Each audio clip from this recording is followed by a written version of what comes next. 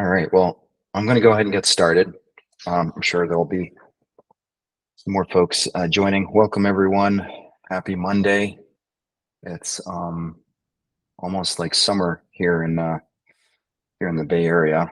Um, let's see. Hope everyone had a good weekend. I wanted to sort of circle back to a theme that I started talking about on Friday in the context of forgiveness. And if you recall, I showed some images here. So this is an example of what we see when we're driving down the road. We see a yellow sign, and this is the subjective experience that we have as we're maneuvering our car around this corner. Now, in reality, what's actually happening is physiologically, this is what our eyeballs actually can pick up.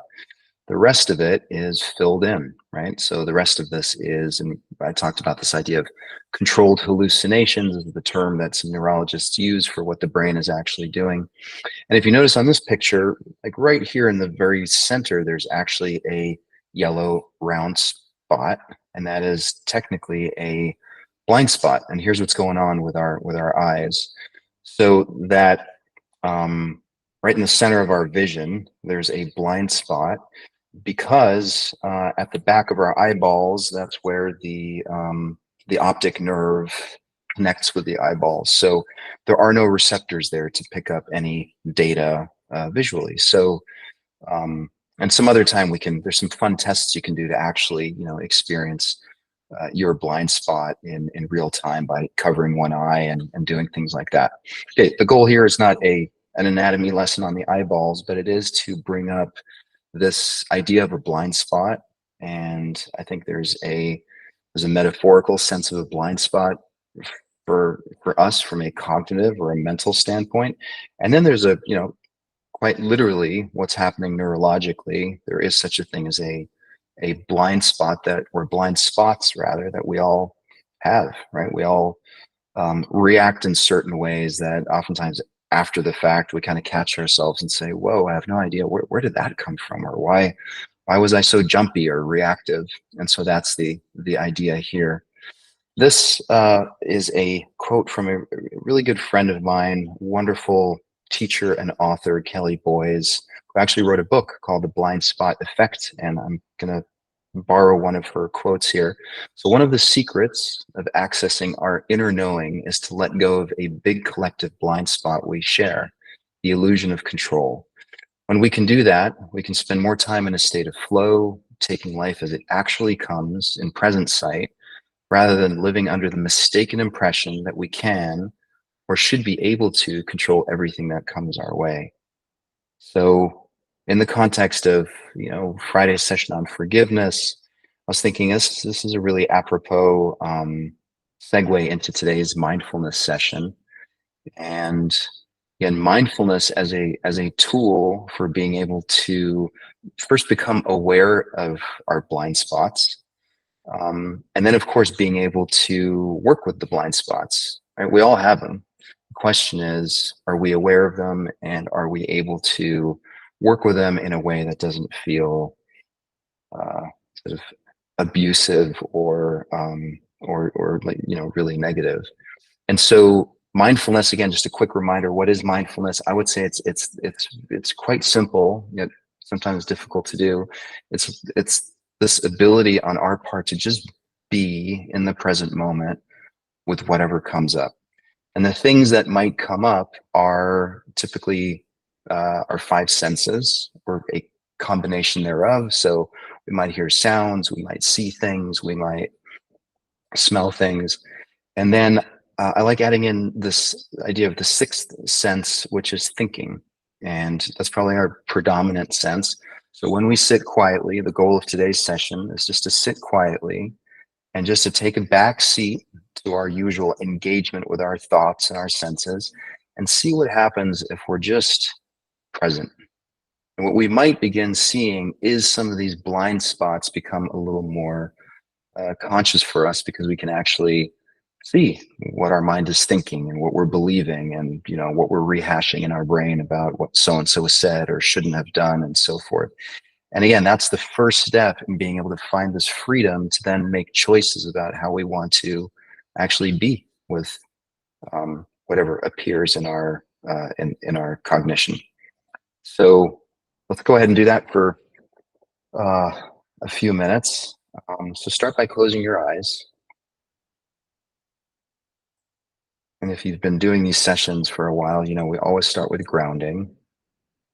And I think of grounding in the literal sense. So, really bringing your attention and your awareness to the sensation of being in contact with the ground in this moment. So, right here, right now, there are parts of your body that are in contact with the ground. In my case, I'm sitting in a chair, so my feet are flat on the ground. I'm also noticing that I'm sitting in a chair. I'm also noticing the palms of my hands on my lap. I think of all of these as points of contact with the ground, and see if you can just become aware of your body's points of contact with the ground wherever you find yourself right now.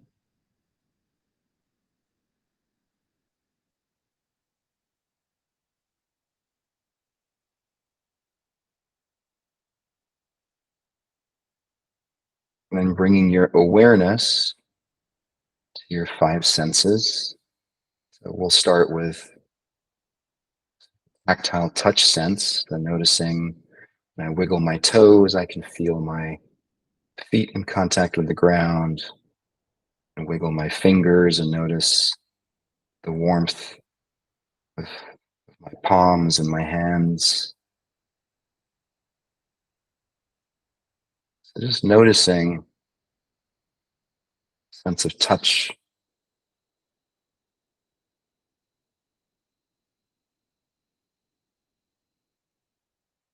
and then shifting your awareness to sense of smell.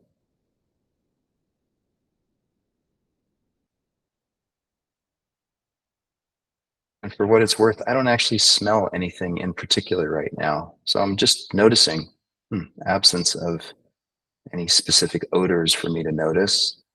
It's noticing something too.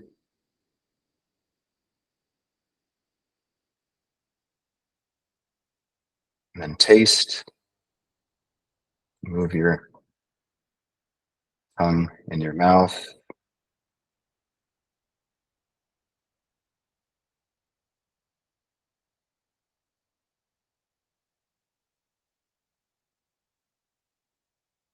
And then noticing hearing.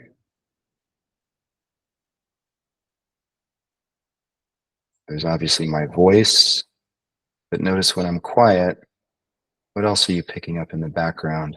What else is there to become aware of?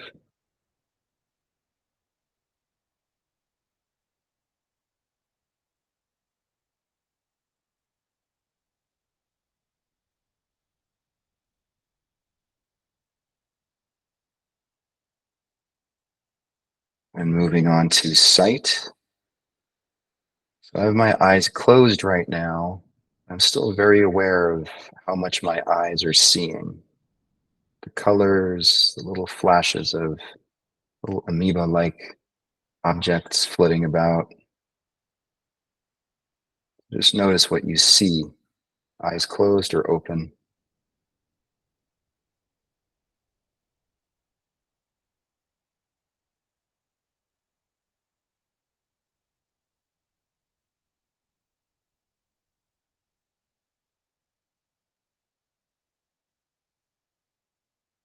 Now moving to your sense of thought.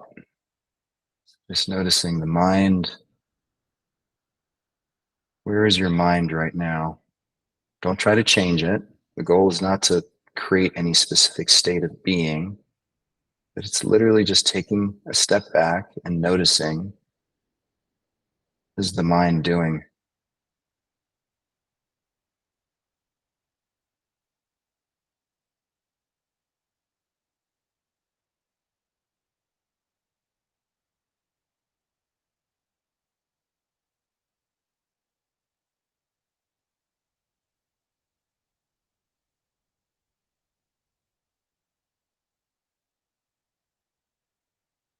And becoming aware of the fact that these six senses, if you will, are constantly picking up data from the outside world as well as our internal world and experience.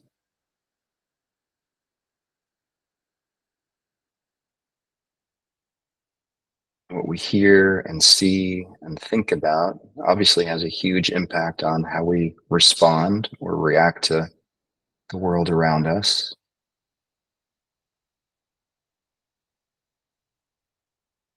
And how often are we actually aware or conscious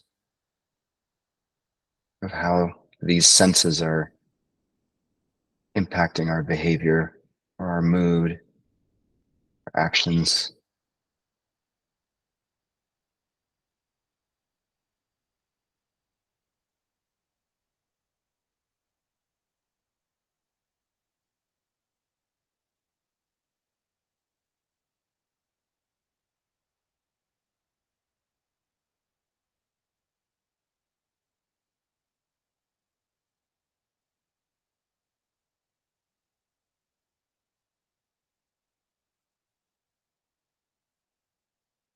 So the only way to be able to respond to these blind spots, if you will, is first and foremost, we have to be able to see them. We have to know that they're there.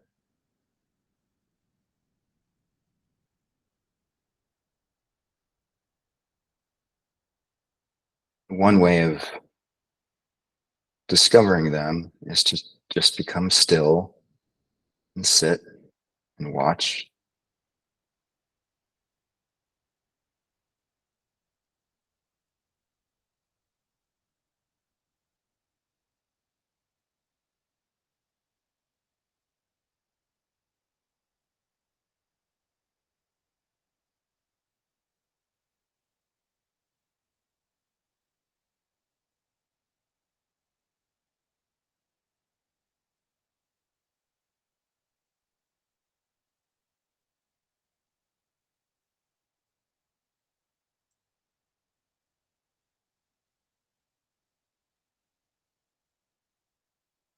And when the mind and our attention is distracted by whatever sense kicks in and takes us on a journey, again, just notice that and gently return back to this place of just bearing witness.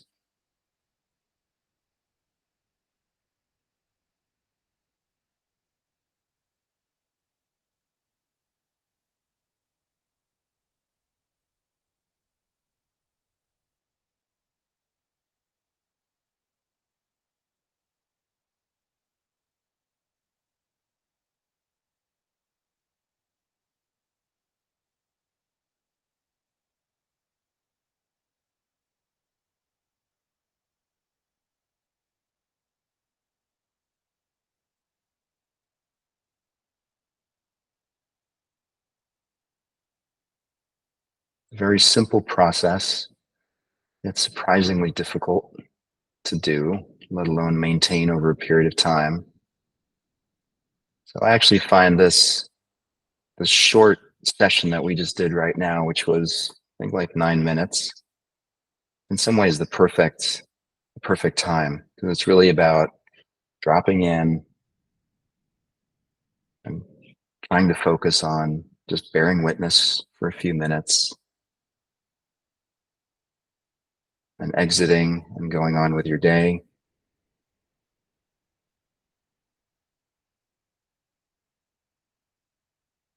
And so we can start wrapping this up. Go ahead and take a deep breath in. Exhale all the way.